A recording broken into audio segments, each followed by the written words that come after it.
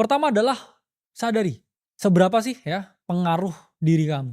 Circle of control kamu itu seberapa gede. Ya kalau kamu punya negara, ya kamu bisa ngontrol ya aparat-aparatnya. Tapi kalau kamu hanya orang biasa, ya mungkin ya kepala rumah tangga, ya kontrolmu hanya di sekitar rumah tanggamu.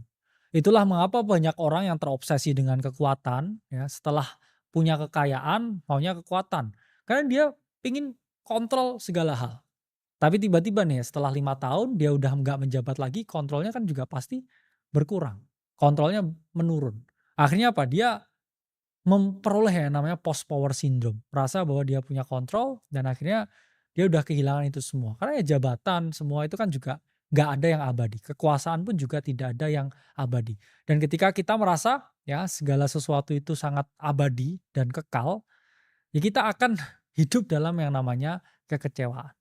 Jadi teman-teman harus paham ya, batas dan juga pengaruh diri itu seberapa gede, dan ketika kita tahu ya batasan, kita akan tahu aturan, dan ketika kita tahu aturan, kita terhindar dari potensi kekecewaan karena memang hanya satu ya dari kita sendiri yang hanya bisa kita kontrol.